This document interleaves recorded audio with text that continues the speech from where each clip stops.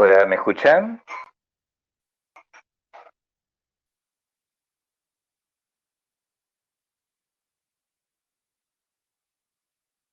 ¿Cómo les va? Buenas tardes. Este,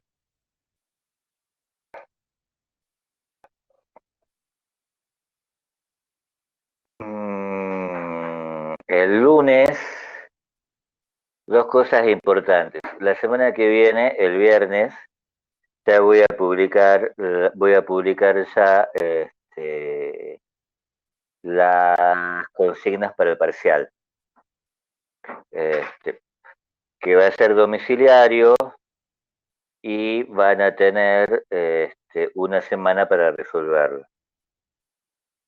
Probablemente la semana no comience a contar desde el viernes de la semana que viene, sino desde el lunes siguiente. Este, Vamos a hacer el parcial de hasta dos personas, ¿no? Creo que es suficiente para no generarles muchos problemas. Este,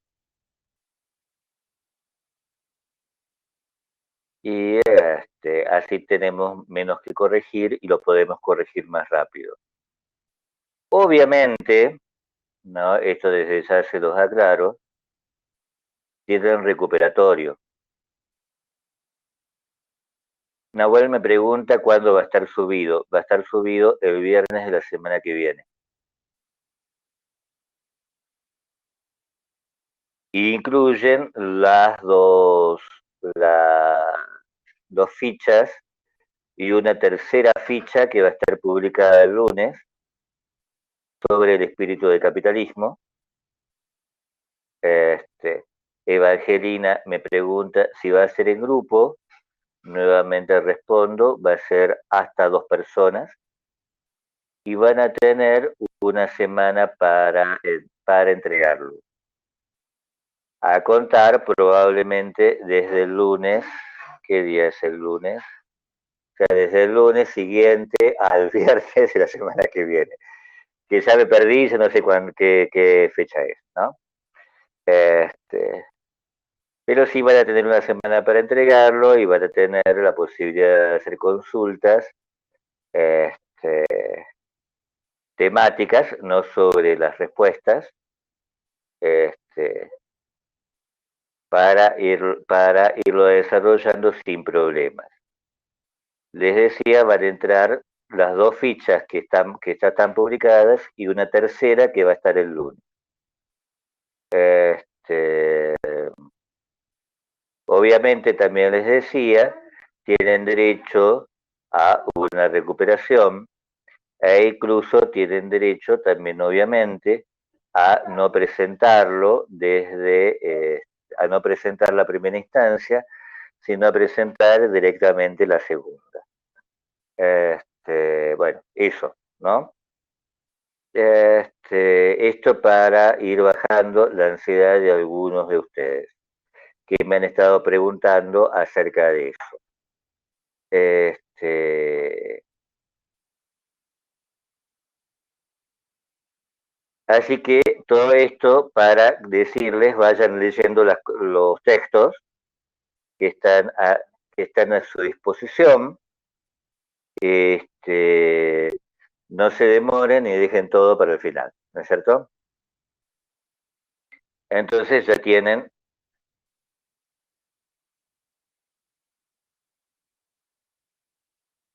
Rosa me hace una pregunta importante.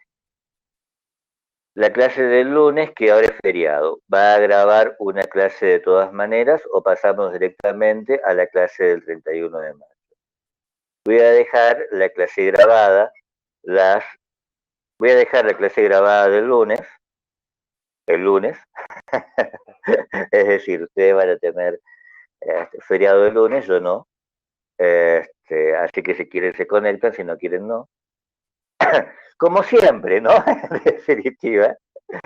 Este, y el viernes, al principio, no, nuevamente lo mismo, porque el viernes nuevamente no tendrían que tener clases, ¿sí? Pero me parece ya absurdo suspenderla por exámenes porque a las 18 del viernes ya han dejado de tener exámenes, ¿no es cierto? Así que me parece de una forma absurda atenerme al pie de la reglamentación cuando ya no tiene sentido la reglamentación, ¿no es cierto?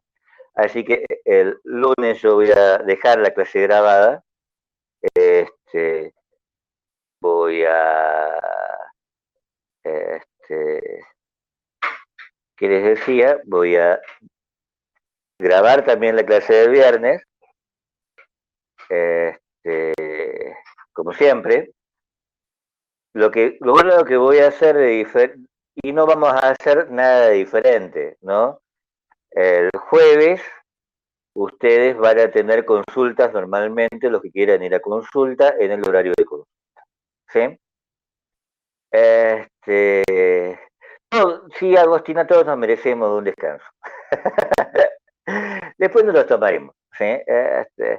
Pero por ahora vamos a tratar de descansar poco, cosa de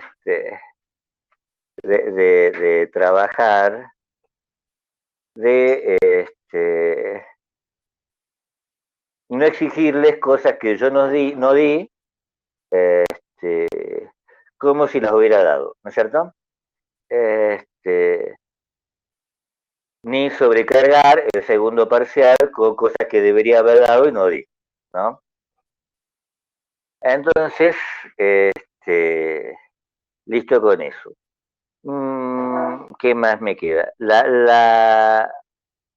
Habíamos estado viendo entonces este tema lleno de complejidades, que es la noción de capitalismo para Marx, ¿no es cierto? ¿Qué es el capitalismo en definitiva para Marx? Después de haber visto todo lo que hemos dicho, ¿no? En estas dos últimas clases, es esto que está en negritas en la diapositiva, ¿no es cierto? El capital es la masa de valores que se valoriza, ¿sí? Y esta frase, es bastante problemática, ¿no es cierto? Porque esta masa de valores que se valoriza supone un modo de producción que produce valores, es decir, mercancías, ¿no es cierto? Que produce bienes que son comprados y vendidos. Este, todos esos bienes, ¿sí? Se expresan en una masa de dinero, ¿sí? Pueden expresarse de una masa de dinero. Se expresan, de hecho, de una masa de dinero, porque algo que no se expresa en dinero no lo consideraríamos mercancía, ¿no es cierto? Entonces, el dinero, ¿sí? La fuerza de trabajo, los medios de producción, todo eso son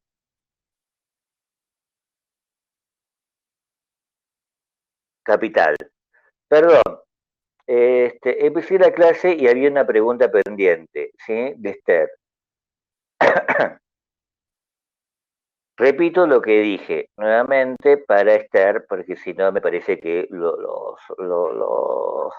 los atiendo como debería, ¿no? Les decía a Esther que, sí, ya estoy grabando la clase, Maxi. Les decía a Esther que, les decía a tus compañeros que el viernes de la semana que viene ya va a estar publicada las consignas para el primer parcial de la materia. Y van a tener que, una semana, perdón, van a tener una semana para resolver esas consignas.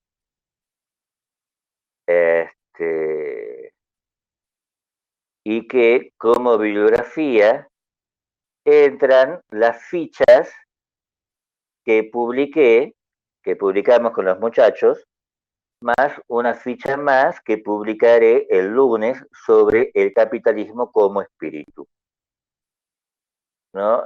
¿Qué significa este elemento tan enigmático, ¿no? Esta última definición tan enigmática de que el capitalismo es un espíritu. Entonces les decía a Esther que vayan leyendo las fichas, este, porque les va a resultar muy problemático resolver, bueno, puede ser que no, pero en principio les diría que vayan adelantando el material, aprovechando el receso si es que no rinden materias, y si no,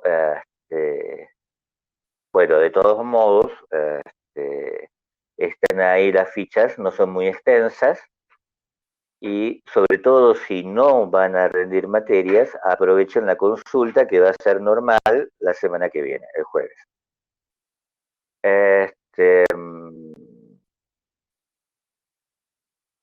Entonces, nuevamente vuelvo, ¿sí? El capital es la masa de valores que se valoriza, ¿sí? Es decir, que el capital es el dinero con el que adquiero la masa de valores, los medios de, los medios de producción, ¿sí? Que son parte de esos valores, y la fuerza de trabajo, ¿sí? Que también adquiero con ese dinero. ¿Me entienden? Es decir, el capital no es una cosa, ¿sí? Es una, son muchas cosas. ¿Y qué tienen en común todas esas cosas? ¿Sí? Todas esas cosas tienen en común algo muy importante, ¿sí? Que sirven, ingresan dentro de un proceso de valorización del valor, ¿sí? Y este proceso de valorización del valor es al mismo tiempo la producción de mercancías, sin la cual no puedo tener valores, porque no puedo tener un valor en el aire, ¿no es cierto? Para obtener ganancias, el capitalista necesita efectivamente vender bienes, ¿sí? Este, y la extracción, en ese proceso de producción,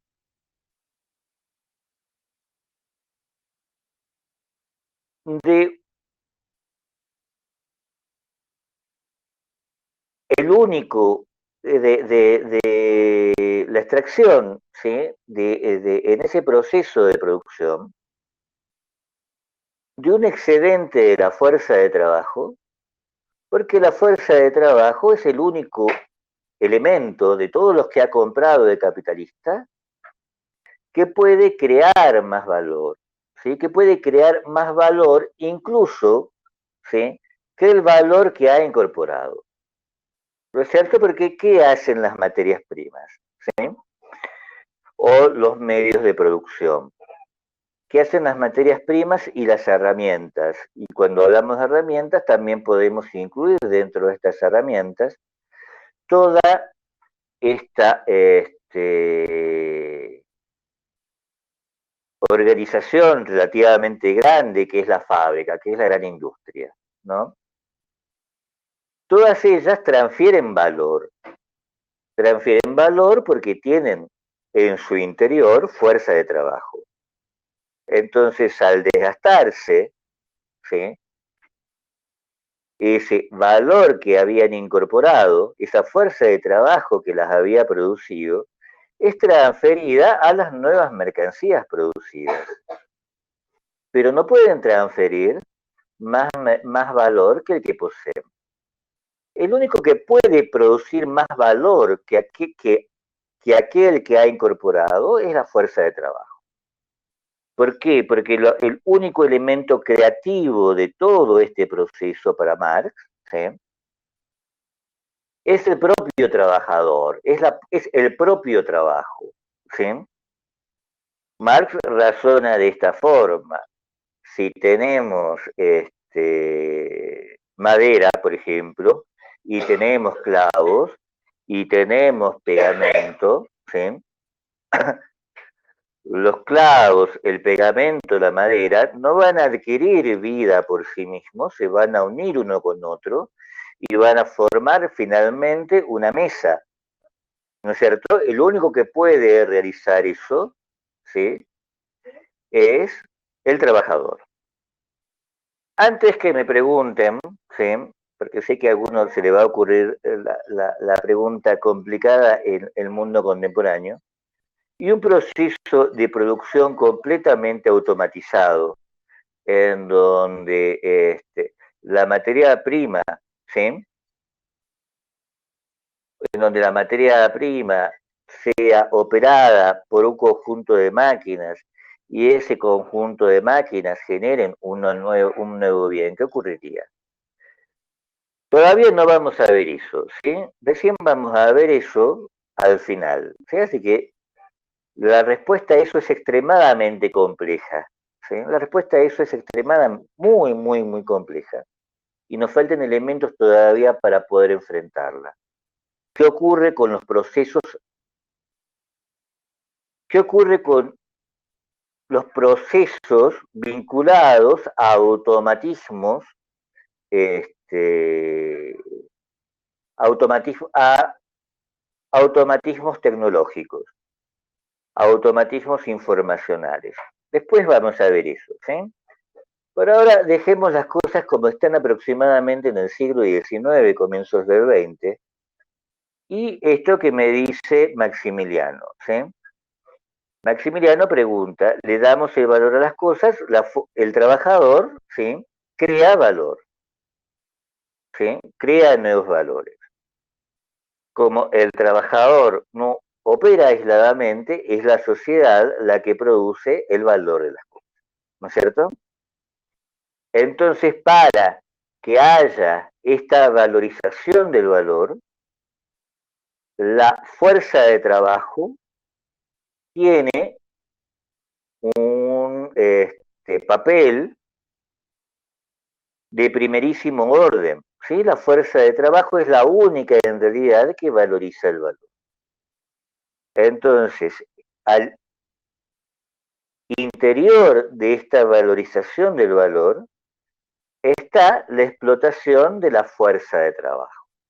¿Me entienden esto? Hasta ahí se entiende lo que estoy diciendo. ¿Hay alguien que no me entienda? ¿Todo bien?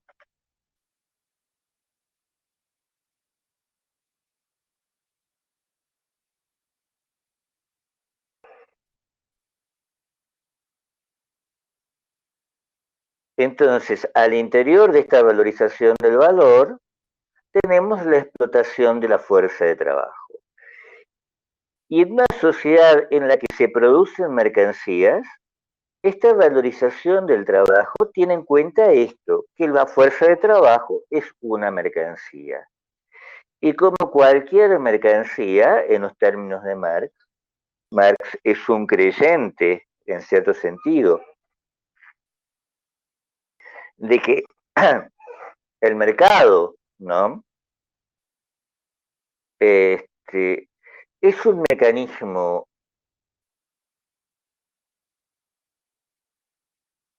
económico, puramente económico, no un mecanismo político, ¿sí? No, no dije el capitalista compra valores que se valorizan. Ariel me dice, ¿a qué se refiere con que el capitalista compra valores que se valorizan? ¿Sí? Dije, el capitalista compra valores, ¿sí? El capitalista compra valores, compra materia prima, compra fuerza de trabajo, ¿sí? Compra medios de trabajo. Y de allí, ¿sí? Ocurre algo dentro con lo que ha comprado el capitalista, ¿sí? El capitalista en el proceso de producción logra, ¿sí? Una valorización de esos valores. Y esa valorización de valores, ¿sí? Es posible es posible porque la fuerza de trabajo crea nuevo valor. ¿Me entendés, Ariel?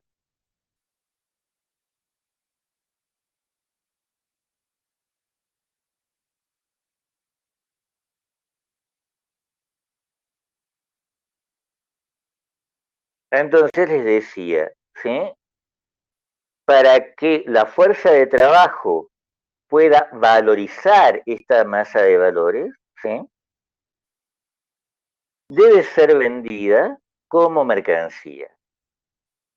Es decir, también tiene un valor. Y el capitalista, al pagar ese valor, cuyo monto en dinero es el salario, ¿sí?, obtiene el uso de esa fuerza de trabajo, puesto que como cualquier mercancía, es a la vez bien de intercambio, ¿sí?, y bien útil, sirve para algo. Entonces el capitalista obtiene el uso de esa fuerza de trabajo y puede prolongar ese uso o puede intensificar ese uso.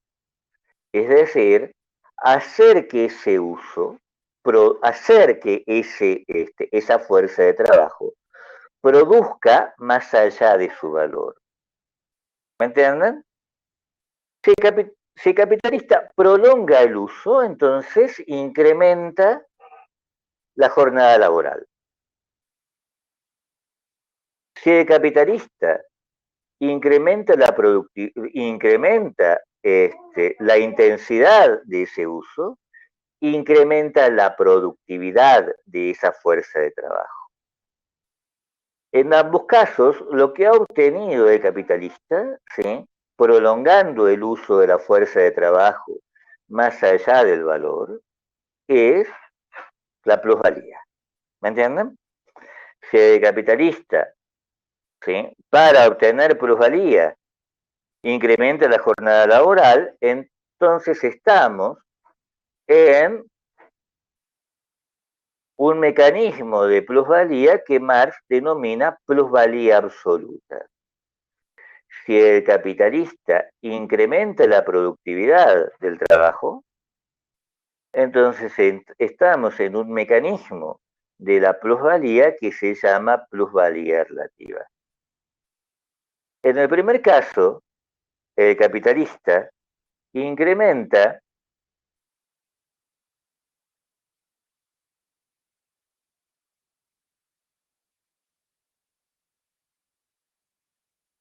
eso tenía por acá.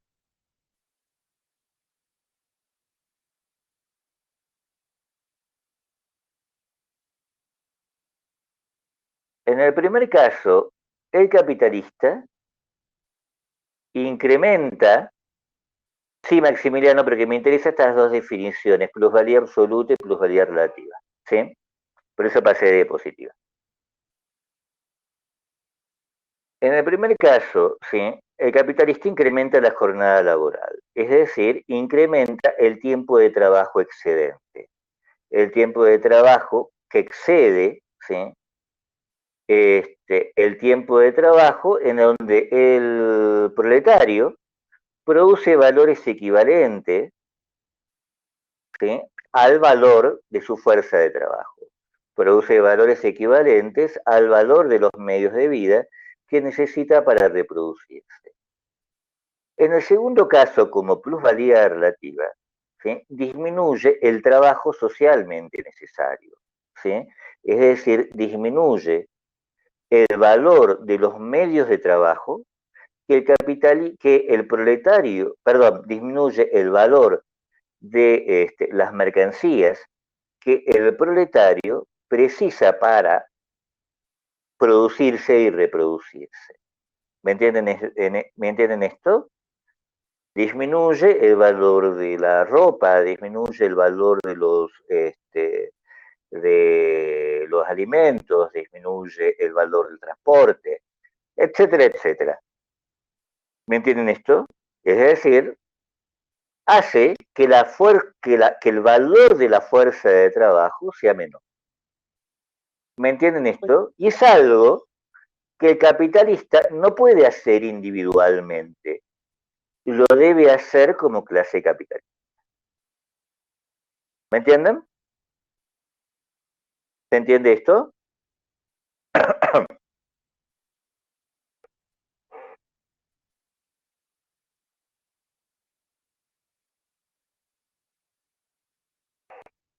Les decía, el capitalista es un individuo ansioso de plusvalía, porque de la plusvalía extrae su ganancia. ¿No es cierto? ¿Me entendés, Carlos?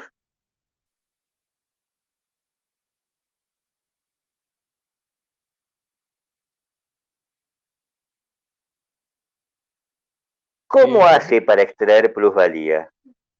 ¿Sí? Extrae plusvalía de dos maneras. Incrementando la jornada laboral. Es decir, en este caso, el valor de la fuerza de trabajo se mantiene constante, los precios de los alimentos, ropa, etcétera, que precisa el trabajador para reproducir su existencia permanecen iguales, ¿sí? Y lo que hace es hacer trabajar más al obrero, ¿sí? El obrero no va a trabajar 6 horas, va a trabajar 8, va a trabajar 10, va a trabajar 12. ¿Me entienden? ¿Me entendés, Carlos?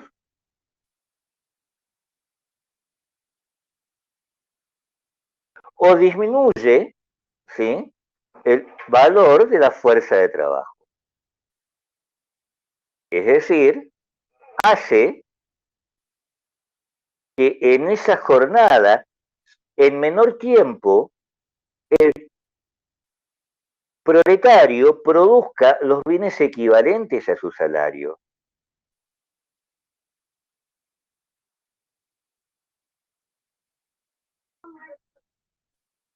Y puesto que esos bienes, ¿sí?, que componen con los que esos bienes a los que está destinado el salario, no los produce el trabajador, sino son mercancías que el trabajador compra, quiere decir que esas mercancías que el trabajador compra han disminuido su valor. Ha disminuido el valor de los alimentos, ha disminuido el valor de la ropa, ha disminuido el valor este, de la energía, ¿sí?, con el que el proletario, calienta su casa, ha disminuido el valor de la educación, ha disminuido el valor del transporte, ¿no es cierto? Y entonces, ¿sí?, este, ha modificado, ha hecho que la fuerza de trabajo, ¿sí?, sea, nosotros diríamos, más barata. Y puesto que la fuerza de trabajo es más barata, ¿sí?, es más amplio el tiempo de trabajo, ¿sí?, que excede a al valor de esa fuerza de trabajo. ¿Se entiende? Y esto les decía, obviamente, es algo que el capitalista no puede hacer por sí mismo. Es algo que la clase capitalista realiza a través de la innovación tecnológica. Porque si no, tendríamos un enigma muy grande. Porque si la ganancia viene del valor de la fuerza de trabajo, ¿sí?, ¿para qué desarrollar entonces los medios de producción? ¿No es cierto? Si los medios de producción implican un ahorro de la fuerza de trabajo. Ahora, con el desarrollo de los medios de producción tenemos que considerar dos cosas, y esta es la primera. El desarrollo de los medios de producción, ¿sí?, abarata el valor de la fuerza de trabajo. Esta es la primera cosa que tenemos que pensar. La otra cosa que tenemos que pensar, ¿me entienden esto? Porque obviamente, si el capitalista extrae su ganancia del valor de la fuerza de trabajo, no le convendría ahorrar fuerza de trabajo, ¿no es cierto? Le convendría más bien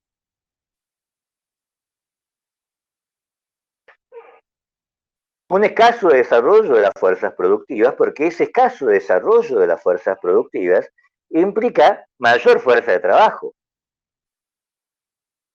¿Me entienden esto?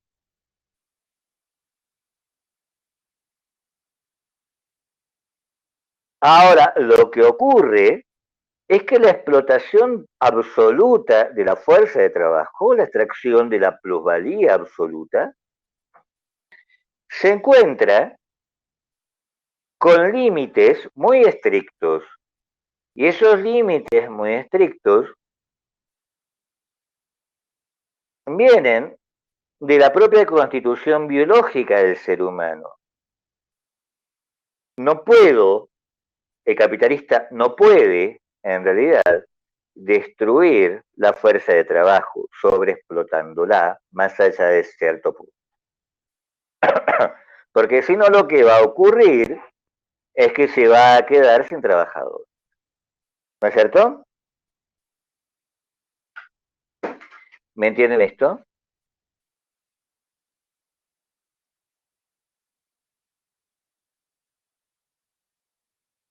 Ahora, ¿por qué más le importa el capitalista?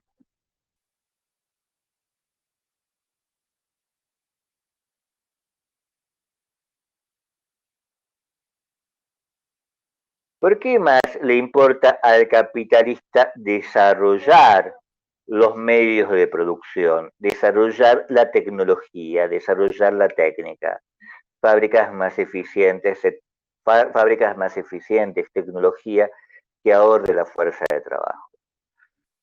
Porque el capitalista no está solo, está con otros capitalistas. Y los capitalistas, sí, compiten con otros capitalistas que producen las mismas mercancías.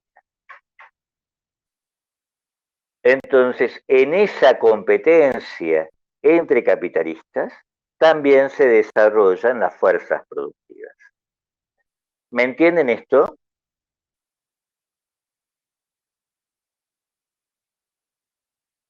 ¿Hay alguien que no me entienda?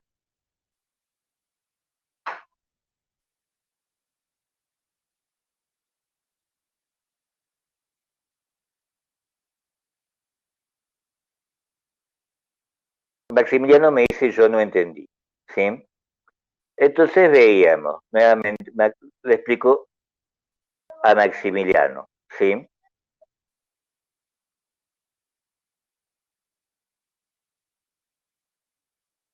Para incrementar la plusvalía, ¿sí? Además de la extracción a través de la ampliación de la jornada laboral, al capitalista le queda el camino de abaratar el valor de la fuerza de trabajo. Y entonces el desarrollo tecnológico permite abaratar el valor de la fuerza de trabajo utilizando máquinas que puedan producir más alimentos, más zapatos, más ropa, de manera más barata. Ese, entonces el capitalista como clase está interesado en abaratar el valor de la fuerza de trabajo porque entonces hay más trabajo excedente, es decir, hay más plusvalía.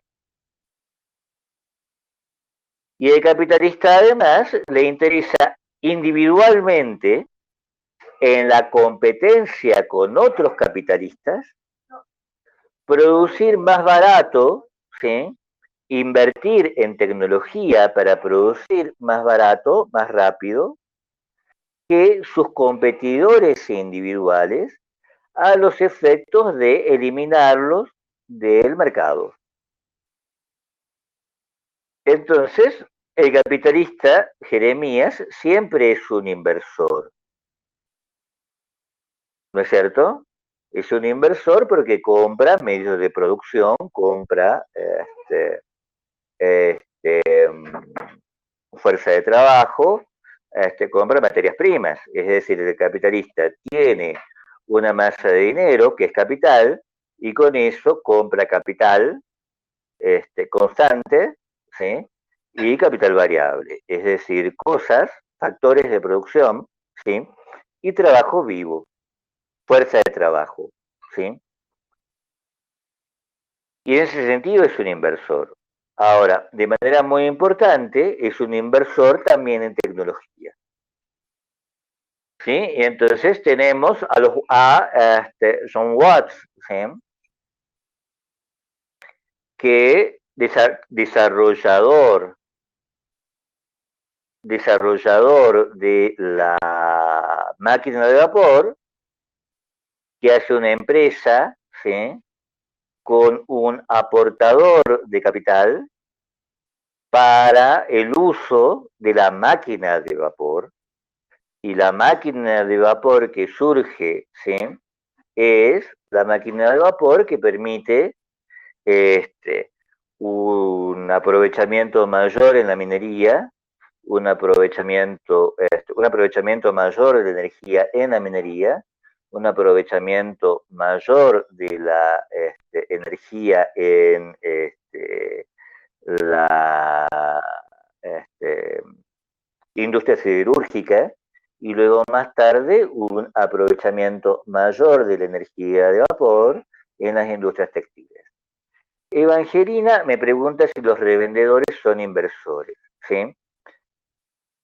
Lo que pasa, Evangelina, es que hemos visto que para Marx el problema de la reventa, comprar barato y comprar caro, perdón, comprar barato y vender caro, ¿sí? No nos explicaría el funcionamiento del sistema capitalista. No entiendo. Jeremías me pregunta, ¿el aportador recibe una ganancia por su aporte al capitalista? No entiendo. ¿El aportador de qué?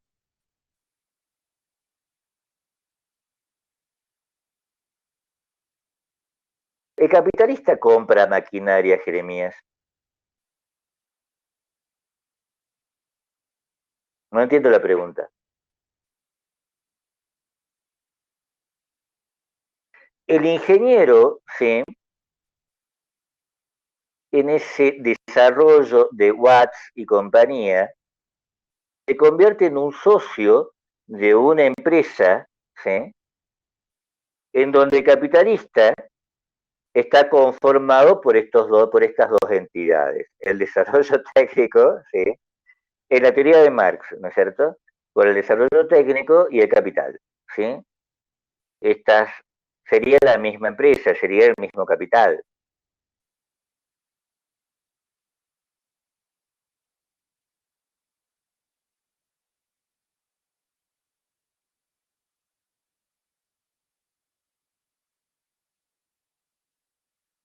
Bien, ¿esto se entiende entonces? Entonces, esta valorización de una masa de valores, que es el capital, involucra también, ¿sí?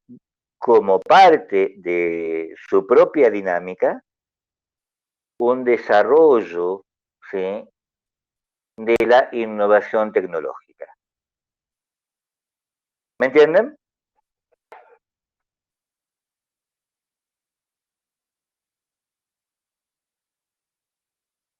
¿Hay alguien que no me entiende esto?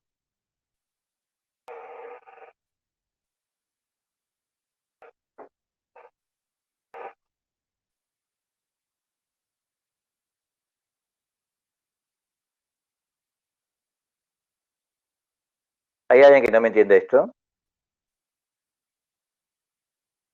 Bien, parece que estamos al menos nominalmente ok. Y entonces tenemos esta forma, ¿no es cierto? dmd', que pasa de m de prima, m de dos veces prima, etcétera, etcétera. ¿Sí? ¿Se entiende la esquemita? Que nos habla, ¿sí? De que esta valorización de una masa de valores llamada capital es, en términos de lógica, infinita, ¿no es cierto? Ahora, ¿qué ocurre? Si en términos de lógica es infinita, ¿sí? El capital se encuentra con límites bajo para esa valorización infinita. ¿Sí? Estos límites se expresan como crisis. Primero, ¿sí? y como quiebres revolucionarios después. Esto es el pronóstico de Marx. El pronóstico de Marx es que, puesto que esta valorización es infinita, ¿sí? Antes o después, ¿sí? El capital encuentra sus propios límites, encuentra límites internos, ¿sí? A la explotación. Estos límites internos, ¿sí? Están implicados en algo que vamos a ver recién posteriormente, pero lo adelantemos un poquito, ¿sí? Estos límites internos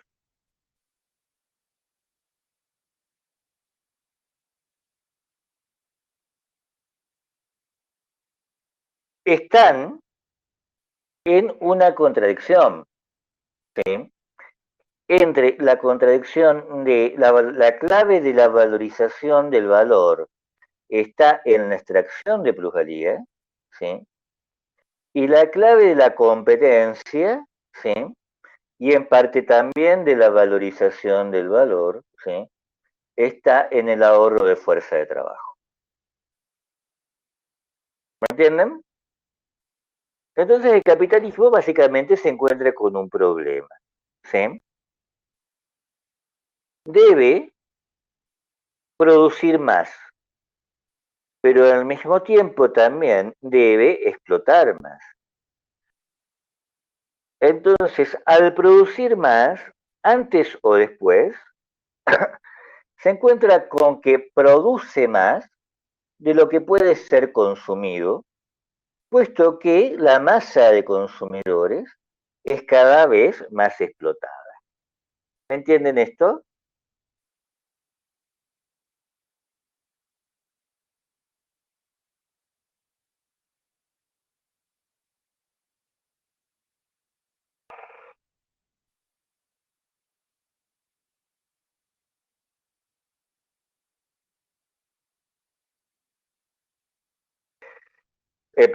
El capitalista debe producir cada vez más, ¿no es cierto? Cada vez más y cada vez más barato. Pero ¿para quién va a producir más?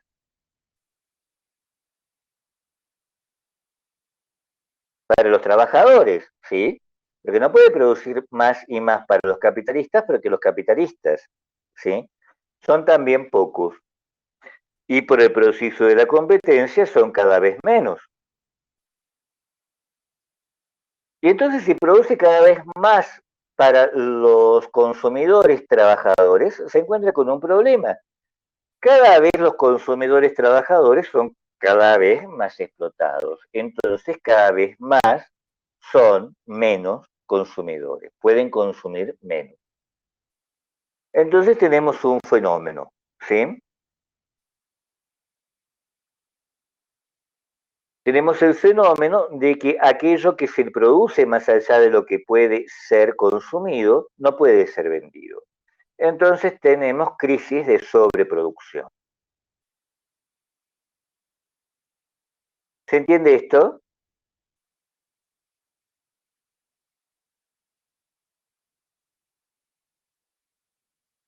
Que resultan de estas dos cosas. Un incremento de las fuerzas productivas y un aumento y un incremento o un empeoramiento de las condiciones de vida de los trabajadores. Es decir, a ese empeoramiento de las condiciones de vida de los trabajadores, Marx los llama, utilizando un término que es muy importante en la historia de la clase obrera, pauperización. Maximiliano me pregunta, ¿por qué se produce el empeoramiento por qué se produce el empeoramiento? Por la explotación.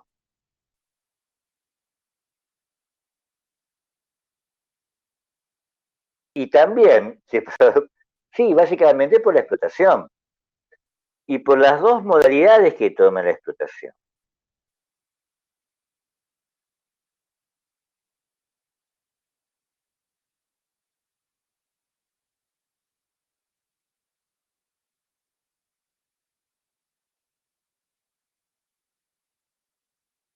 ¿Se entiende?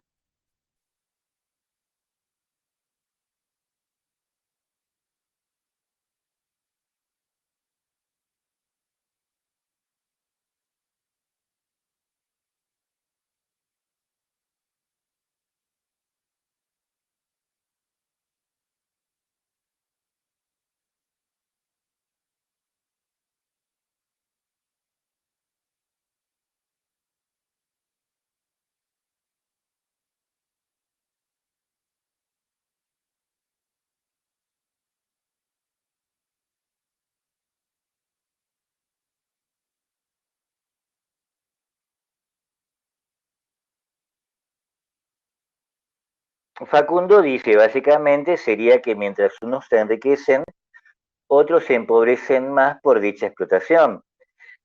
Sí, Facundo, pero muy bien, Facundo, pero ese es el punto de partida de Marx. ¿Sí?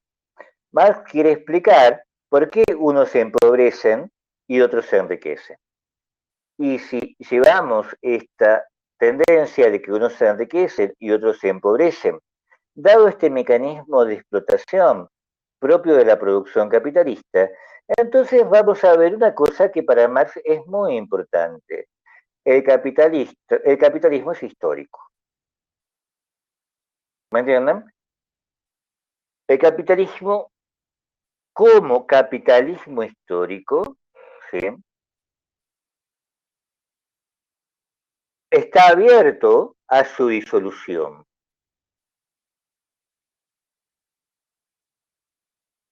No es un modo de producción eterno. ¿Me entienden esto? Sino que antes o después el capitalismo debe llevar a crisis y a una transformación revolucionaria. Es decir, la historia posterior, la historia de la humanidad, ¿sí? Y también, ¿no? El destino del capitalismo se encuentra dentro de esta concepción de la historia que es discontinua. Perdón, dije mal, utilicé una palabra prohibida acá, dije destino. En realidad no se trata de que el capitalismo esté destinado a destruirse, ¿sí? Más bien, está destinado a no ser eterno. ¿Me entienden? Está destinado a el ser también, ¿sí? Un modo de producción histórico.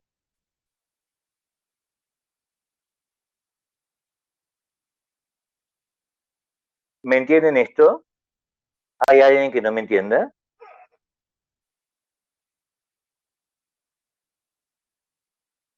Cuando yo era estudiante,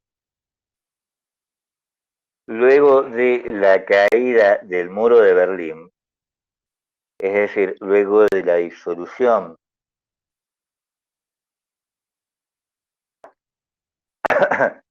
del mundo comunista europeo, del eurocomunismo, ¿sí?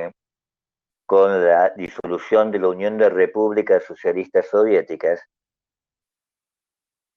hubo alguno que otro filósofo que hablaba del fin de la historia. Es decir, llegado a un punto, ¿sí? Que era este punto simbolizado por la caída del muro de Berlín, que como ustedes saben, separaba el mundo occidental o el mundo capitalista del mundo comunista, ¿sí? este, ya no había historia, porque ya no podía haber cambios históricos. ¿Sí? A partir de ese momento, la historia iba a ser la repetición de lo mismo, es decir, iba a seguir habiendo capitalismo, iba a seguir habiendo democracia, porque ya el enemigo del capitalismo y el enemigo de la democracia había sido disuelto. ¿Me entienden? Esto es una tontería, ¿no es cierto? Una previsión de ese tipo que lleva a que las cosas sean eternas es una tontería. ¿Sí? Entonces lo que Marx dice de que el capitalismo va a llevar a crisis, es decir, el capitalismo está lo mismo que cualquier organización social abierta a la historia. ¿Sí? Antes o después, estas tendencias a las crisis se manifiestan en una transformación de todo el sistema. ¿Esto se entiende?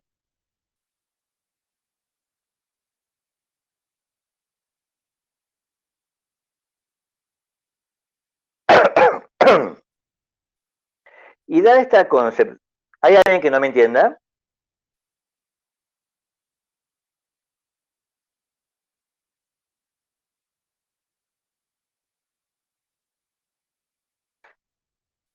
Y dada esta concepción del capitalismo, ¿sí?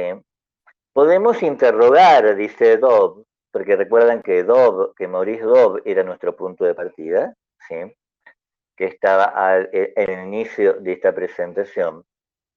Este, Maurice Dobb dice, bueno, entonces podemos interrogar el origen del capitalismo, ¿sí?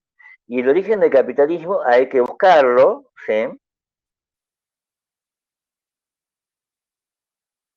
No allí donde lo ha buscado, donde lo busca la teoría económica, que lo busca en propensiones, en disposiciones innatas a la humanidad. ¿Sí? Por ejemplo, lo que Marx, perdón, lo que un economista de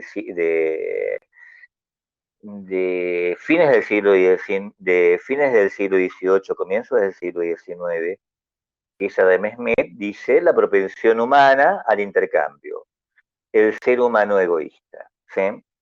El capitalismo no existe con el ser humano egoísta. El capitalismo no existe porque los seres humanos estén orientados al intercambio. El capitalismo no existe porque las personas busquen la libertad. El capitalismo existe, ¿sí? Porque hubo un modo de producción previo, que es el feudalismo, ¿sí? Cuya disolución dio lugar al capitalismo. ¿Me entienden esto?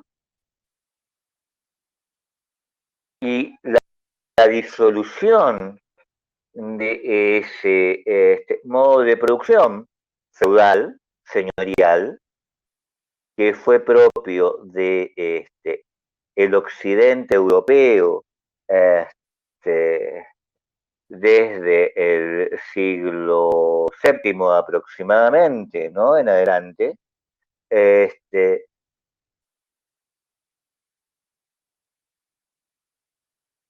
¿Por qué? ¿Sí? Lleva al feudalismo. ¿Por qué se disolvió? ¿Sí? Ese proceso de disolución tiene que ver con la dinámica interna de este mundo feudal, de este mundo señorial. ¿Me entienden? ¿Me entienden esto?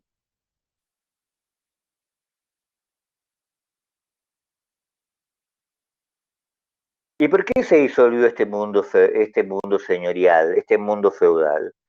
Porque este mundo feudal se basaba, ¿sí? En la producción para el consumo. ¿Sí?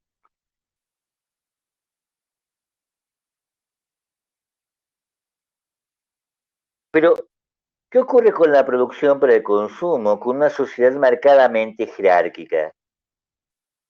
Estos señores, ¿sí? Buscaban mayores, mejores, más claros símbolos de privilegio. Buscaban bienes suntuarios. Y al buscar bienes suntuarios, hacen algo que nunca deberían haber hecho, pongámoslo así, ¿sí? Incrementan sus gastos, ¿sí? Incrementan sus gastos, pero también incrementan la demanda de bienes, ¿sí? Y con la demanda de bienes, incrementan también procesos mercantiles. Al incrementar sus gastos, se ven obligados a incrementar la explotación de los siervos feudales. ¿Sí? Y obviamente estos siervos feudales no estaban muy contentos de que los exploten, ¿sí? Así que huyen, ¿sí? Se rebelan. Y por lo tanto, ¿sí? El modo de producción feudal se encuentra con un problema. ¿Sí? Se encuentra con el problema de no tener suficientes explotados. Esta, Esto va a llevar a la instauración de nuevas relaciones sociales. ¿Sí? Estas nuevas relaciones sociales van a dar origen, ¿sí? A las relaciones salariales. Porque eso es lo que nos importa en la definición del capitalismo, ¿sí? El inicio de relaciones sociales generalizadas. Y para que haya relaciones sociales generalizadas, ¿sí? deben, deben haberse disuelto las relaciones señoriales características del modo de producción feudal. ¿Me entienden esto?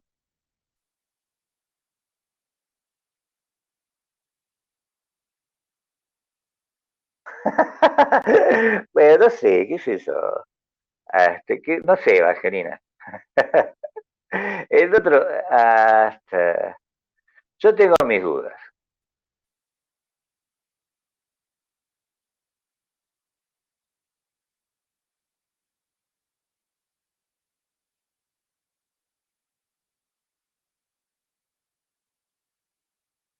Ahora pasemos al siguiente. Si no hay preguntas sobre lo anterior, pasemos al siguiente. ¿Qué es vincular la vinculación de capitalismo con los intercambios? En cierto sentido, esto ha hecho, ¿sí? Toda la economía clásica, ¿no? Vincular el capitalismo, es decir, la economía contemporánea, con los intercambios, ¿sí? Y al hacerlo, no se ha, pero, y al hacerlo ha elaborado estas nociones que veíamos cuando estábamos analizando preliminarmente la economía neoclásica, era esta noción central, la del mercado, y los actores del mercado, ¿sí? Los productores, los consumidores, los empresarios,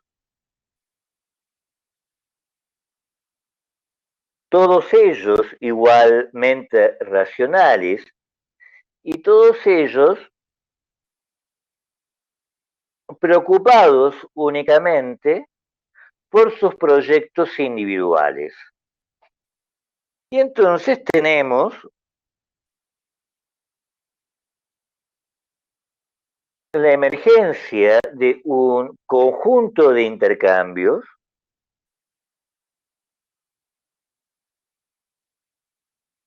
que construyen una forma de organización colectiva, ¿sí? De acceso a los bienes, que tiene la particularidad de autorregularse. ¿Esto me entienden? En otros términos, ¿sí? Estos sujetos,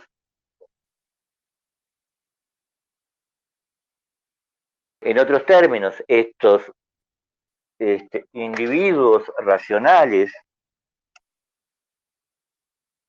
que son los empresarios, los trabajadores, los consumidores, a través de sus decisiones de producción, de consumo, de trabajo, son los que generan la asignación de recursos dentro de la economía, y esta asignación de recursos muestra ser eficaz a través de un acuerdo no buscado, pero sí finalmente obtenido, de precios contractuales, que muestran algo muy interesante. Los intercambios no finalmente se autorregulan. Finalmente tenemos un precio con el que los consumidores, los asalariados y los empresarios están satisfechos y con, la, y con lo que se y con ese precio, puesto que los consumidores, los asalariados y los empresarios están satisfechos, se logró una asignación óptima de recursos. Esto es el mercado, ¿no es cierto?, para la economía. Pero esto no nos explica, en cierto sentido, por qué tenemos mercado. Esto lo único que nos dice es que el mercado es algo con lo que deberíamos estar satisfechos, porque a través del mercado obtenemos, sea que seamos quienes seamos, ¿sí?, trabajadores, consumidores o empresarios, obtenemos nuestra satisfacción.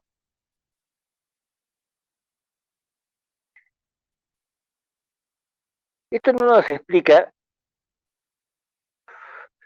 ¿sí?, nos dice que tendríamos que estar satisfechos con esto, pero no nos explica por qué tenemos esto y no otra cosa, ¿sí? Entonces,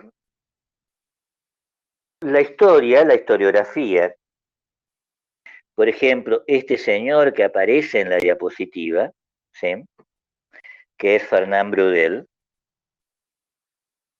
este, que no sé por qué está haciendo este signo, están todos locos ustedes.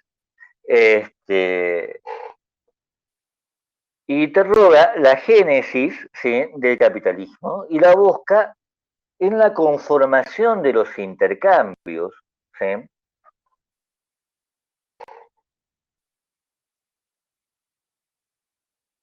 y encuentra en la historia europea, en particular en la historia del Mediterráneo, que como ustedes, que no sé si ustedes saben, o no sé si ustedes se dieron cuenta, porque son de esas cosas que nosotros sabemos, pero por lo general no nos damos cuenta. El Mediterráneo es en la historia europea un mundo en sí mismo, ¿no es cierto? Este mundo que tiene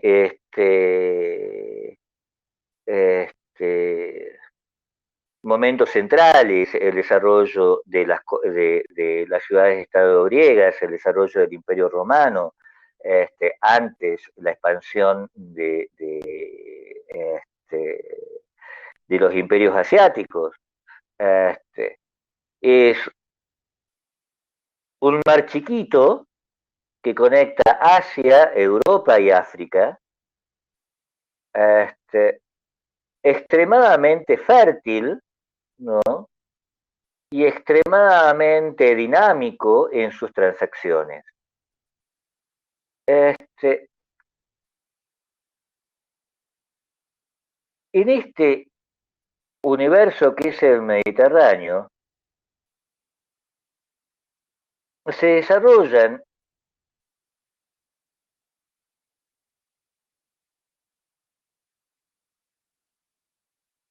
desde la Baja Edad Media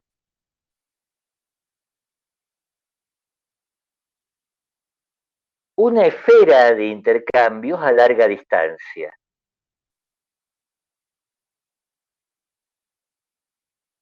Una esfera de intercambios a larga distancia que une las ciudades del Mediterráneo, básicamente situadas en la península ibérica,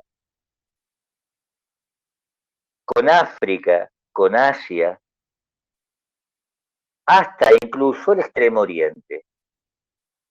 ¿Sí? Esto que aparece, por ejemplo, en Marco Polo, ¿no es cierto? Este viajero que parte de Venecia y llega hasta China, ¿sí?, hasta los dominios del Kublai Khan,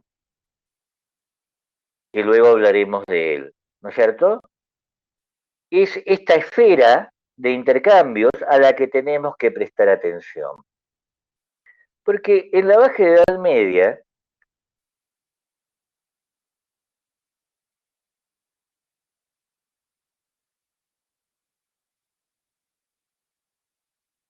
todo sucede como si tuviéramos dos esferas básicamente de intercambio. Una esfera a la que podemos legítimamente denominar mercado, ¿sí?, una esfera en donde concurren consumidores, productores e incluso gente que busca vender su trabajo, ¿sí? Su fuerza de trabajo, podríamos decir, ¿sí?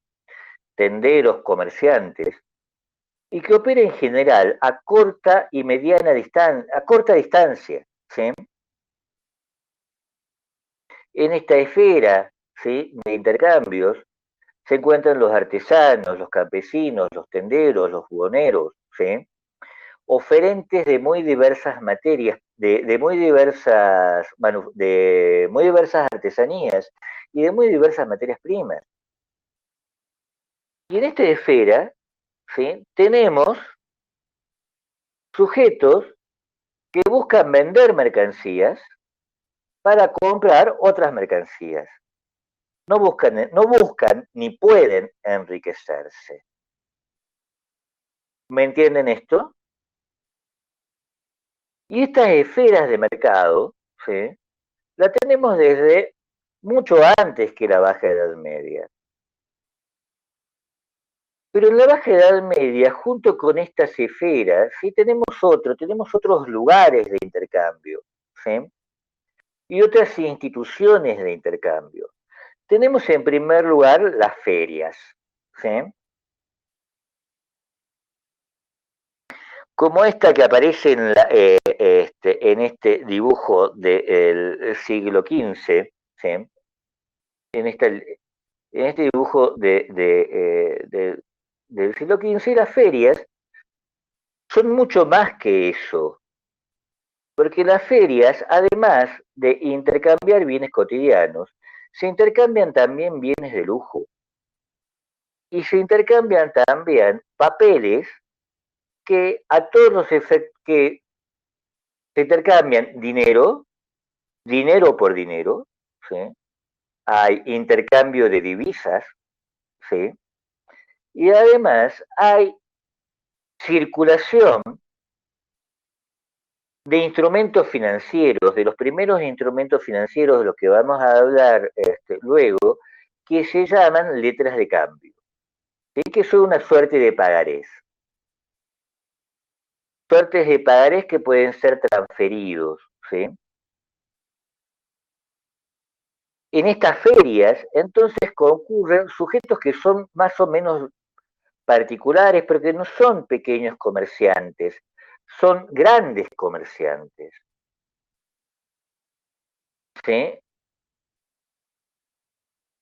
No, Ariel me dice, ahora se le dice fiar. No, no se trata del fiado, se trata del crédito, que es más complicado que el fiado, ¿no es cierto? Sí, porque ¿qué supone el crédito? El crédito supone un medio de pago, ¿sí? Supone, como dice Evangelina, intereses, pero supone también redes, instituciones muy inteligentes, ¿sí?, muy inteligentes, ¿sí?, que tienen que saber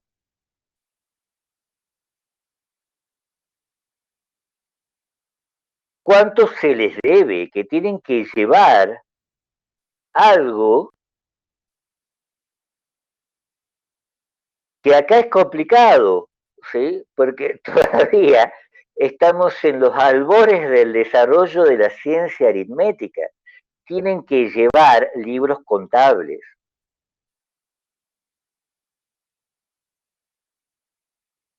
En un momento, porque Evangelina me pregunta, ¿sí?,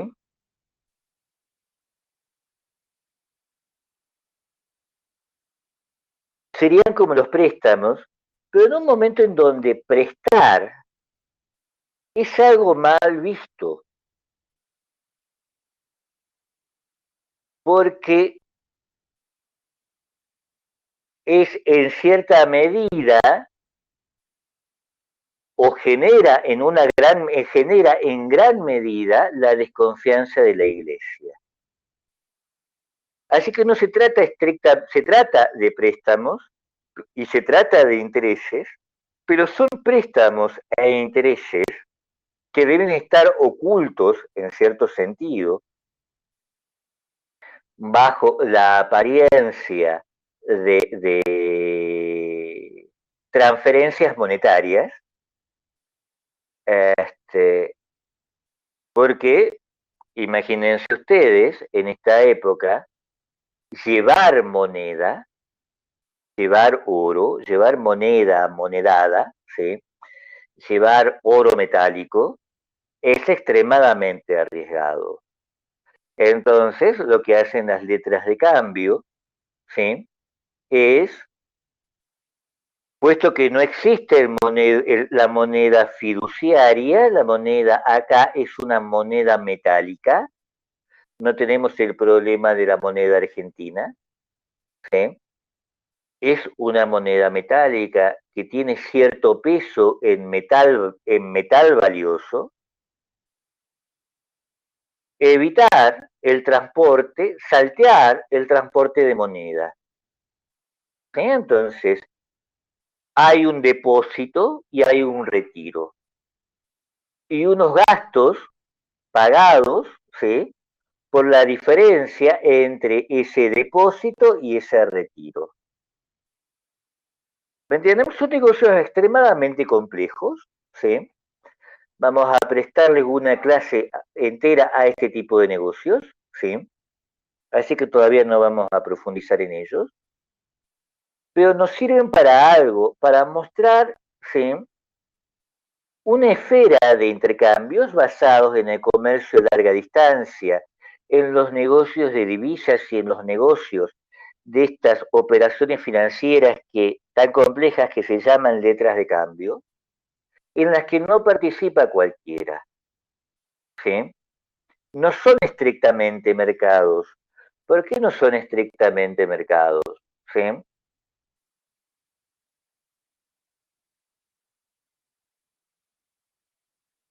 Porque los participantes están restringidos a una élite. Y como están restringidos a una élite, ¿sí? Conforman monopolios o casi monopolios muy celosos respecto de la información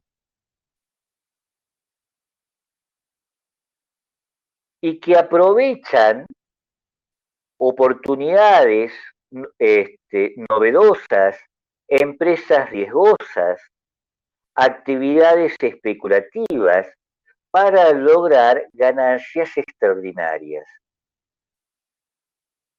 Y para hacer todo eso, no se especializan. Son empresas y empresarios sumamente flexibles, que se dedican a veces al tráfico de especias, otras veces al otras veces a los negocios de esclavos, otras veces a los seguros marítimos, otras veces a las actividades con divisas, ¿sí? Y entonces tenemos algo que en la práctica no se condice con lo que pensamos que es el mercado. ¿Por qué pensamos que es el mercado? Una esfera de intercambios regulares, previsibles, donde las transacciones, donde hay competencia en las transacciones y donde la información es accesible porque de otra forma no se puede negociar el precio en términos de en términos puramente económicos, ¿no es cierto? Si yo no sé cuál es el precio, no puede, si yo no estoy demasiado seguro cuál va a ser el precio, ¿no es cierto? ¿Cómo puedo consumir? ¿Me entienden esto?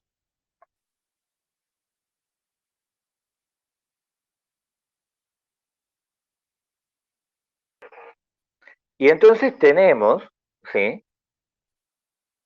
Esto que creemos el mercado, que creemos que es el mercado, esto que puede ser que sea el mercado y que corresponde en la Baja Edad Media al buhonero, al artesano, al comerciante de ciudad, y esto otro a lo que Brodel llama contramercado. ¿Sí? y es como suelo, como esfera de intercambio, en donde se realiza, en donde se obtienen ganancias extraordinarias, es en este contramercado en donde se va a originar el capitalismo. En donde puede haber, ¿sí? Pero acá nuevamente tenemos esta pregunta, ¿no es cierto? ¿Qué es el capitalismo? ¿Qué es el capital? Y nuevamente tenemos, ¿sí? Esta respuesta que ya hemos dado. El capital, desde su inicio, es una diferencia monetaria. Y es el mecanismo para obtener esa diferencia monetaria. Ahora, es mucho más que eso, ¿sí? Porque eso, si eso que es el capital, ¿sí? Ha existido siempre, podemos llamar capitalismo a un sistema en donde esa diferencia monetaria, esa diferencia entre unos ingresos y unos egresos, sea tan amplia, ¿sí? Como para ser sistemática, ¿sí? Como para que esa diferencia no sea solo una diferencia contingente, no sea solo una diferencia que se dé una vez, sino para regular, ¿no? El acceso a ciertos bienes, como para conformar un conjunto de empresarios dedicados a la obtención de esa diferencia amplia entre ingresos y egresos. ¿Me entienden esto? Es decir, una diferencia entre ingresos y egresos, un capital cuya operación regular dé lugar a una acumulación. ¿Me entienden esto?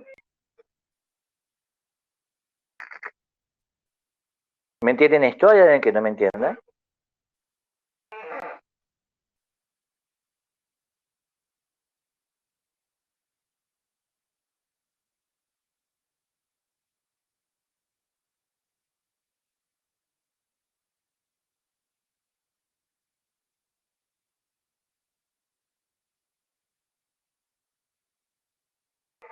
De paso hago una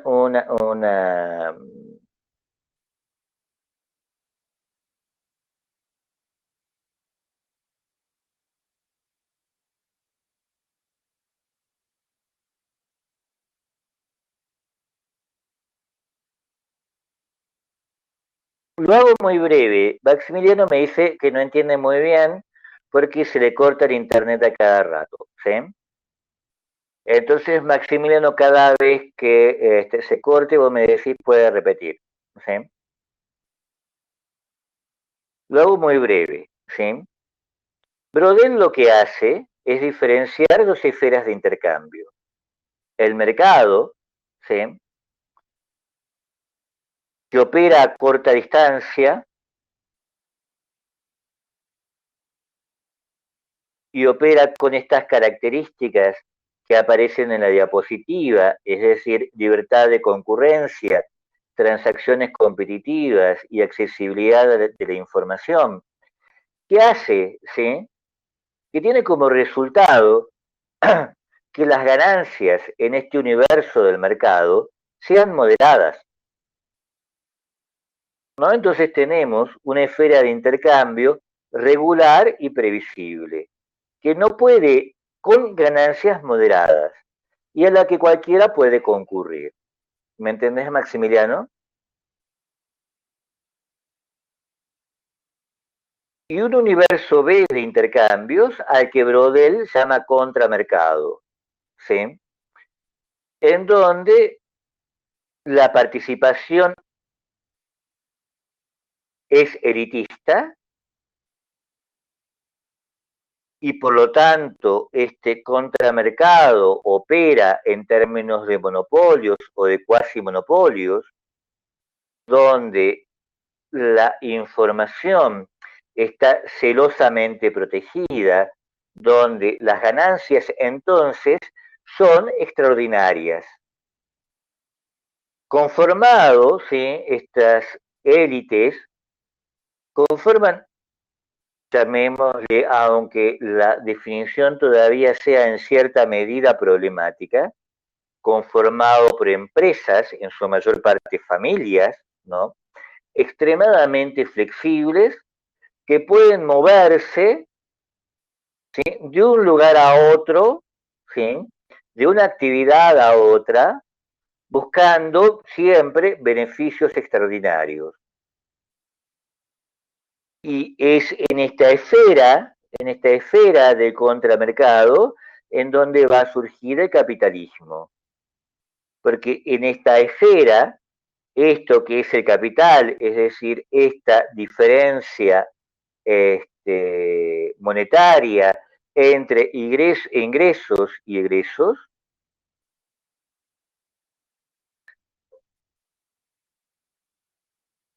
se vuelve sistemática, se vuelve regular, es decir, da lugar a una acumulación. ¿Me entendés, Maximiliano?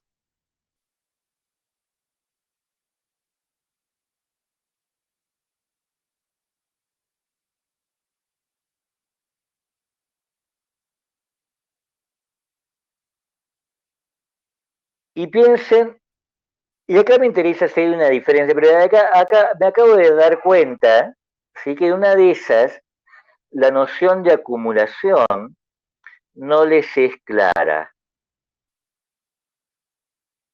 ¿Cuándo hay acumulación? Porque acumulación no es lo mismo que atesoramiento. Más bien es antitético a el término atesoramiento. Si yo tengo un atesoramiento, entonces esta masa de bienes, esta masa de riquezas, ¿sí? Es extraída fuera de la esfera de los intercambios, es extraída fuera del sistema económico, ¿no es cierto? En cierto sentido, el goce, ¿sí? Que obtengo del tesoro es un goce extremadamente privado, ¿sí? Yo veo mi tesoro y quedo contento del tesoro que tengo. ¿Me entienden esto? No estamos hablando acá de un atesoramiento. Estamos hablando acá de una acumulación. Es decir, ¿sí? De una masa de recursos realizables en el intercambio creciente. ¿Me entienden esto?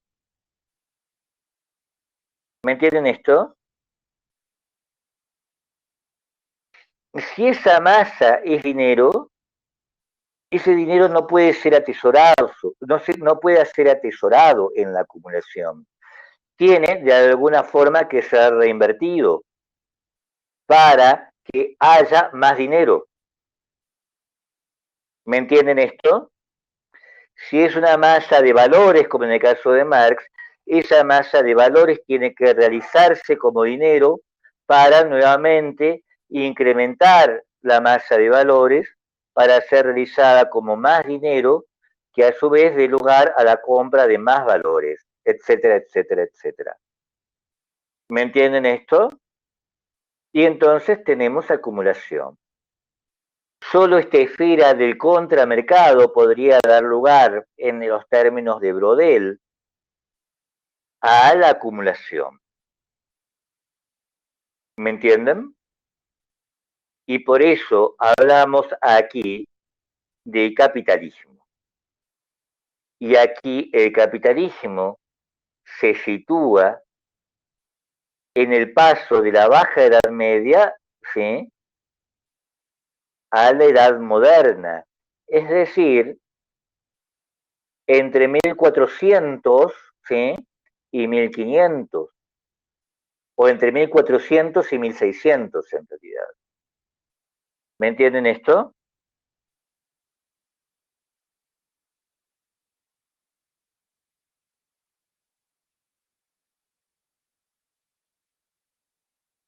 ¿Tienen dudas sobre esto? ¿Hay alguien que no me entiende?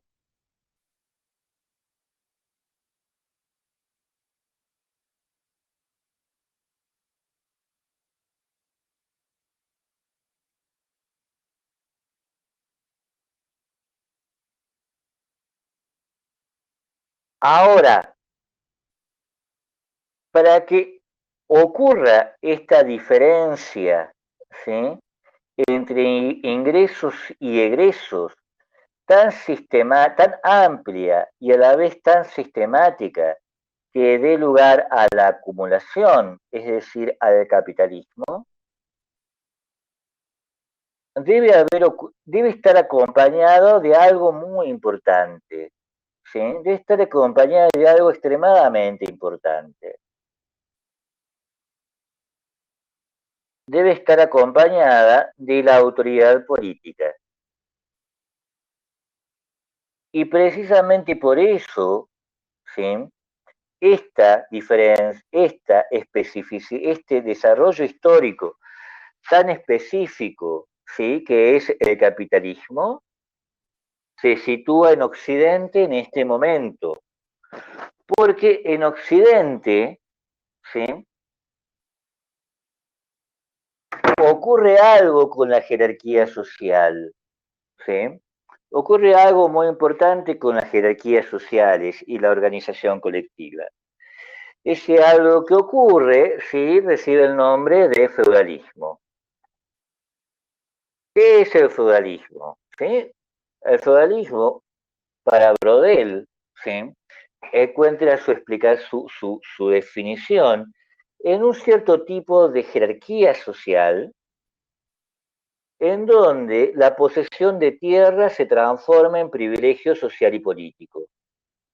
¿Me entienden esto?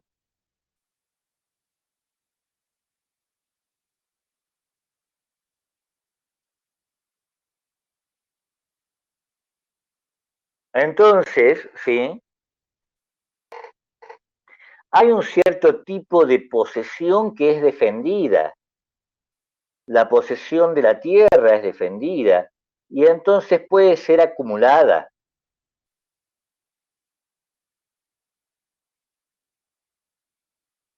Hay unos señores, ¿sí?, de los que enseguida vamos a hablar, que pueden acumular tierra y al acumular tierra acumulan poder y acumulan privilegio. E inversamente, ¿sí?, el sistema social y político protege esa acumulación. Estos empresarios, estas familias empresarias, se articulan se articulan en esa jerarquía social. Y obtienen algo muy importante, ¿sí? Obtienen, ¿sí?, la articulación del dinero, ¿sí?, en la jerarquía social. E inversamente, la protección de esas posesiones dinerarias, resultado del comercio, ¿sí?, a través del sistema social y político.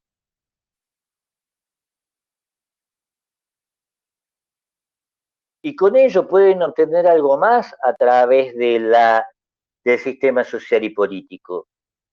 La protección de las actividades que generan dinero, de las actividades comerciales, ¿sí?, a través del sistema social y político. ¿Me entienden esto? En esta perspectiva, si en términos generales, ¿sí?, estamos acostumbrados a que sobre todo el periodismo oponga mercado y Estado,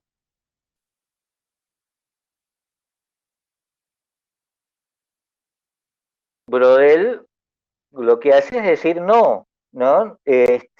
En realidad, el capitalismo supone que el capital se identifique con el Estado.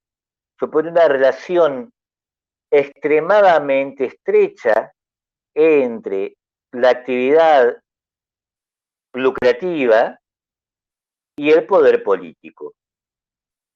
¿Me entienden esto?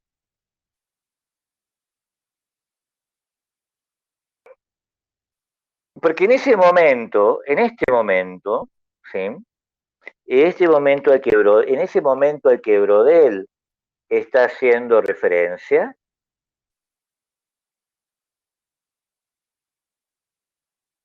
hay otras organizaciones sociales y políticas con comerciantes, algunas extremadamente más poderosas que las que existen en Occidente, en el Occidente europeo. El mundo del Islam, el mundo chino, supongamos que tenga sentido hablar de China en este momento, en realidad deberíamos decir el Imperio Celeste, ¿no es cierto?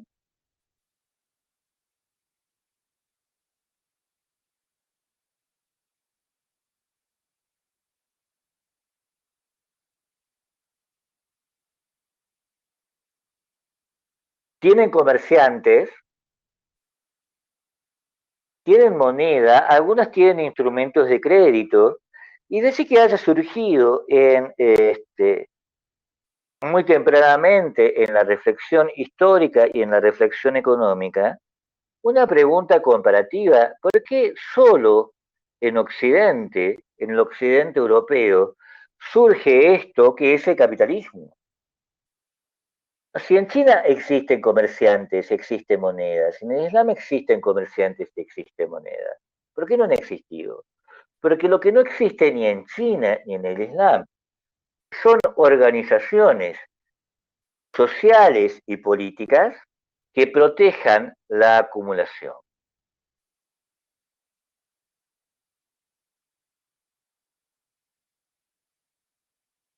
¿Me entienden esto?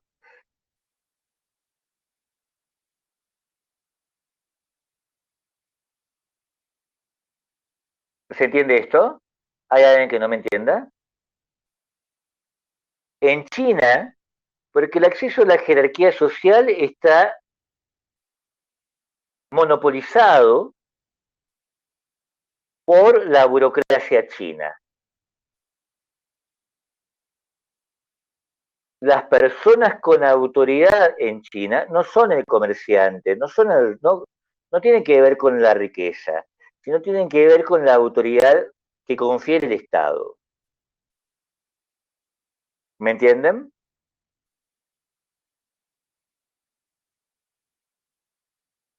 La persona con autoridad en China es el burócrata. Y se accede a la burocracia no por la riqueza, sino a través de una serie de concursos, ¿sí?, muy importantes, ¿sí?, donde los candidatos a la burocracia muestran su saber, y no es un saber administrativo, ¿sí?, sino es un saber ritual y poético, ¿sí?, y escriturario, y en base a eso son evaluados y en base a eso ingresan. Y en el Islam, ¿sí?, las tierras, la riqueza, solo nominalmente pertenece a otros sujetos que no sean los titulares del Estado, es decir, el califato. ¿Me entienden? Entonces, en ninguno de esos lugares, ¿sí?, hay posibilidad de acumulación. ¿Me entienden esto?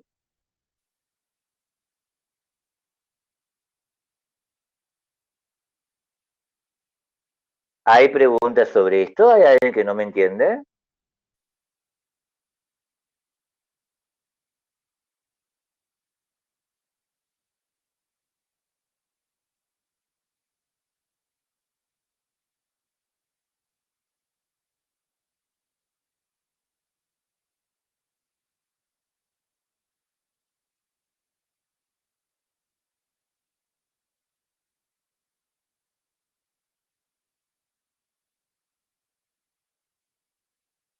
Bien, Esther me dice que no entiende, ¿sí? Entonces hemos hablado del contramercado. El contramercado es esta esfera, ¿sí?, de operaciones flexibles, altamente redituables, frecuentemente especulativas, esfera que solo puede operar en términos de clausura de la información y clausura de los participantes. ¿Cuál es la condición? Y en esta esfera, dice Marx, perdón, dice Brodel, es en esta esfera en donde surge el capitalismo.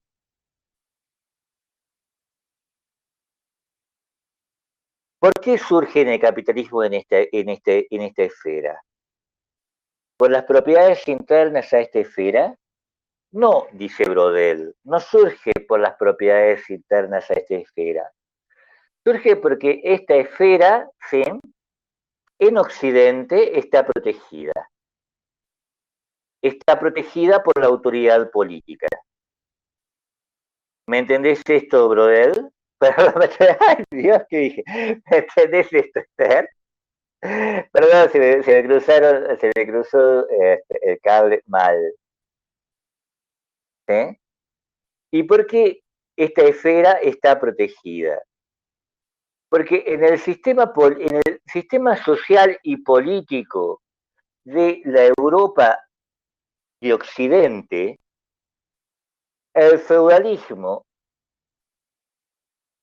es un sistema, ¿sí?, es un mecanismo de jerarquía social que protege, que defiende, que legitima la autoridad, perdón, que legitima la propiedad, que asigna propiedad y protege esa propiedad asignada. Esa propiedad que es en principio la propiedad de la tierra, ¿sí?, con las transformaciones del sistema señorial, va a pasar a ser también la riqueza. Y en este sistema, en esta jerarquía, entonces, en donde el propietario es también el señor, el burgués, el empresario, puede ingresar, identificándose entonces, ¿sí?, con el señor. ¿Me entienden? Y obteniendo de esa identificación, una protección, ¿sí?, para la riqueza acumulada. ¿Me entienden esto?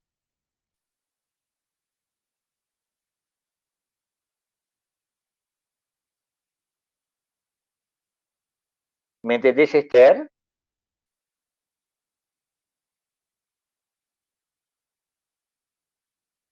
Y entonces para Brodel, más o menos dice Esther, veamos, más o menos no nos sirve. Vamos por el lado contrario. Imaginémonos un sistema que es China, en donde todo pertenece al Estado, ¿sí? Y en donde la jerarquía es una jerarquía burocrática de empleados del Estado. La riqueza aquí no es tan importante como el poder conferido por el Estado. Poder extremadamente administrativo. ¿Me entendés, Esther?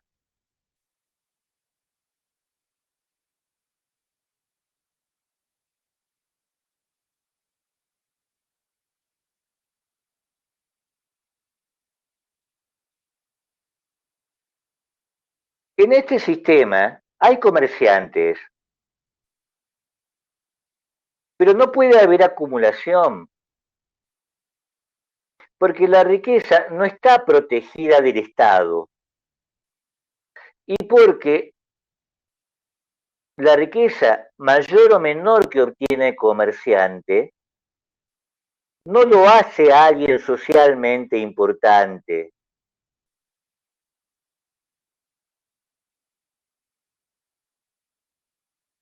Y como es alguien que no es socialmente importante, tampoco tiene demasiada protección.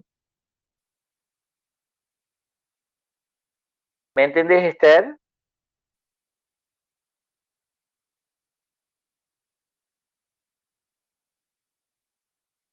En esta,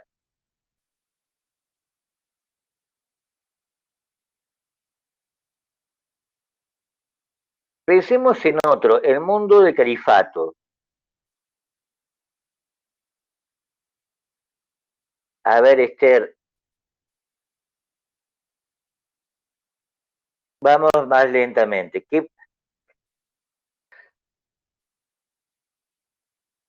Para que haya acumulación, la riqueza que se acumula necesita estar protegida, necesita de garantías. ¿Se entiende esto? Porque si no, cualquiera te la puede robar.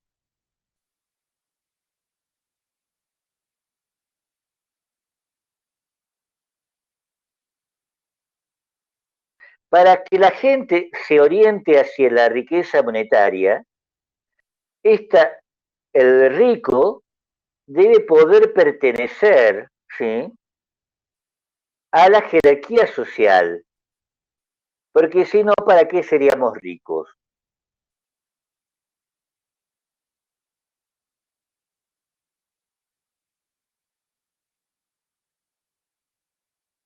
¿Me entendés, Esther?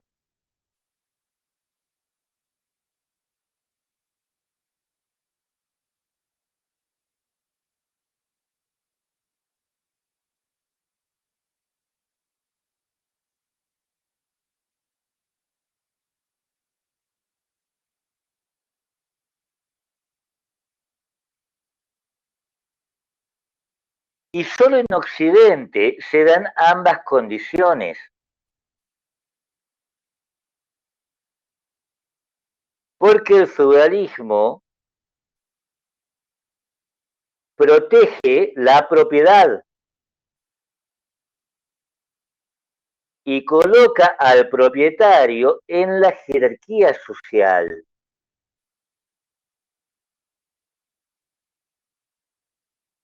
Lo que va a ocurrir en Occidente es una ampliación de la propiedad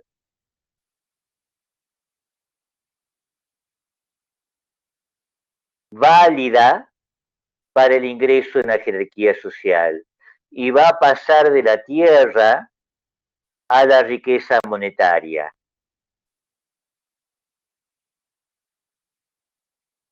¿Se entiende esto?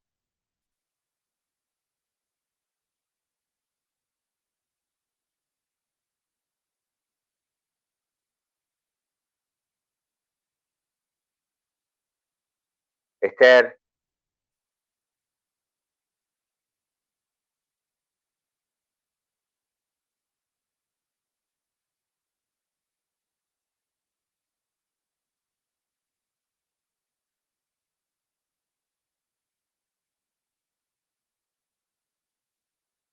Y estas dos condiciones entonces que hacen a la protección y a la jerarquía,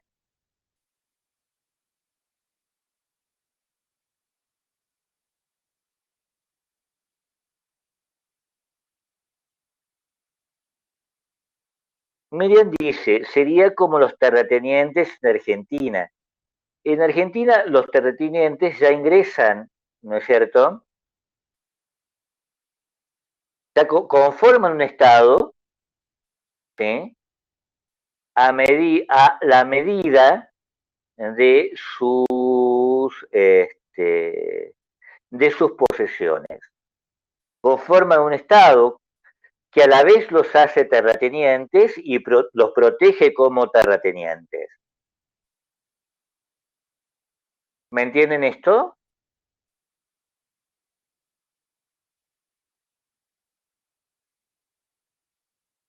De allí, ¿qué tienen ustedes?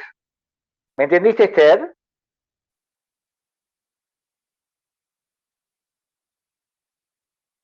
El capitalismo no es refractario, no surge, ¿sí?, allí donde el Estado no interviene.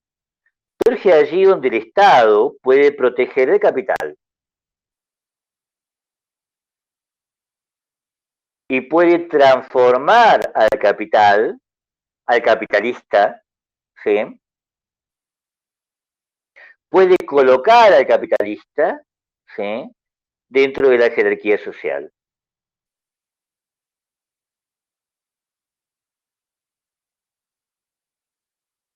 De tal forma que algunas veces nos vamos a encontrar que el Estado responda a los intereses de capitalistas, a los intereses de los capitalistas. Otras veces la cosa va a ser mucho más complicada.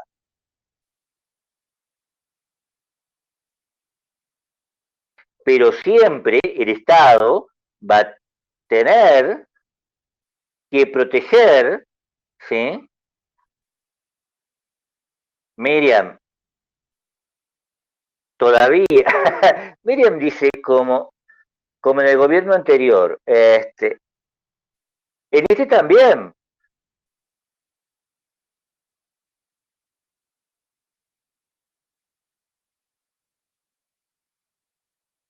Lo que esto es medio polémico. Yo que, esto es medio polémico, ¿no? Sobre todo porque fíjense, esto que es muy interesante en la Argentina, ¿sí?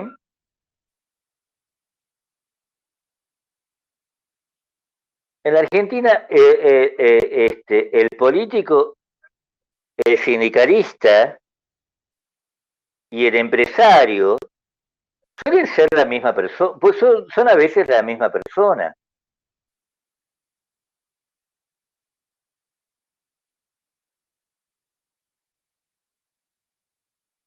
¿no es cierto?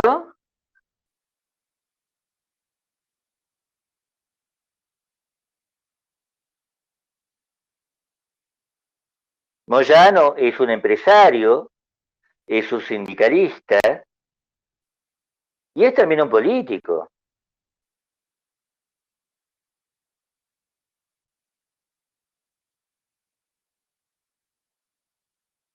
Este,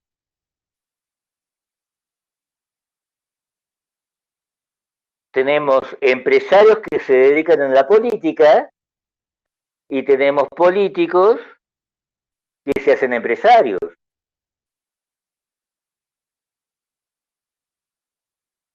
Y lo que dice Carlos es lo que me interesa.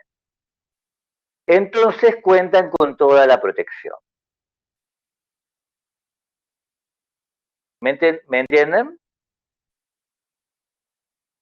Y entonces necesitamos una teoría del Estado, ¿sí?, que retenga esta hipótesis, ¿sí?, que es una hipótesis por ahora, ¿sí? El capital se identifica con el Estado se identifica con el capital. Nos resulta muy difícil separar el capital del Estado, ¿no es cierto? Entonces, porque ya es hora, ¿no es cierto? Entonces el lunes yo les voy a dejar grabada una clase con este problema, ¿sí? Con el problema de el capitalismo y el Estado. Porque en Occidente surgen a la vez, porque al hacerlo, al surgir a la vez, el Estado cuenta con la riqueza de capital, ¿sí? Y el capitalista cuenta con la protección del Estado.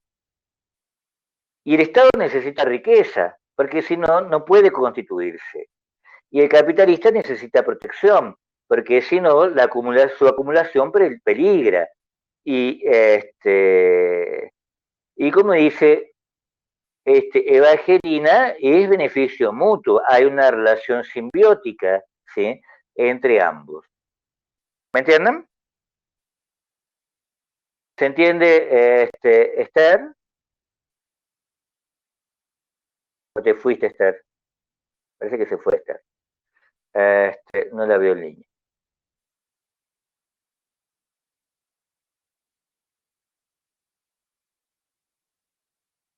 Una cosa me es muy importante, ¿sí? Si ustedes no entienden, pregunten, aunque no avancemos, no me preocupa tanto avanzar, porque no tiene sentido avanzar si no entienden, ¿sí?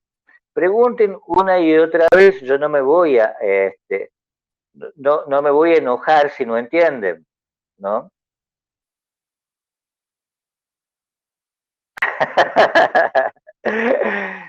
Muy bien, sí, un poco censurado, ¿no, Miriam? Un poco censurado, un poco censurado el refrán, pero mejor así, mejor censurado, que como, como me lo enseñó mi papá.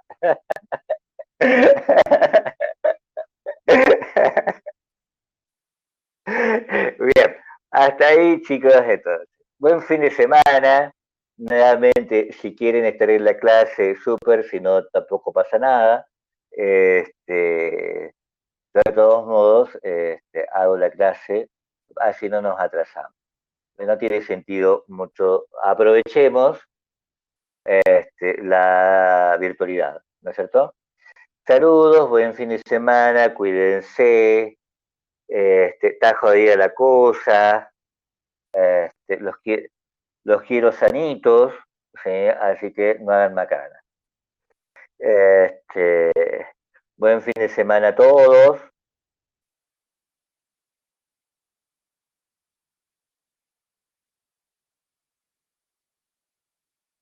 Gracias, Romina.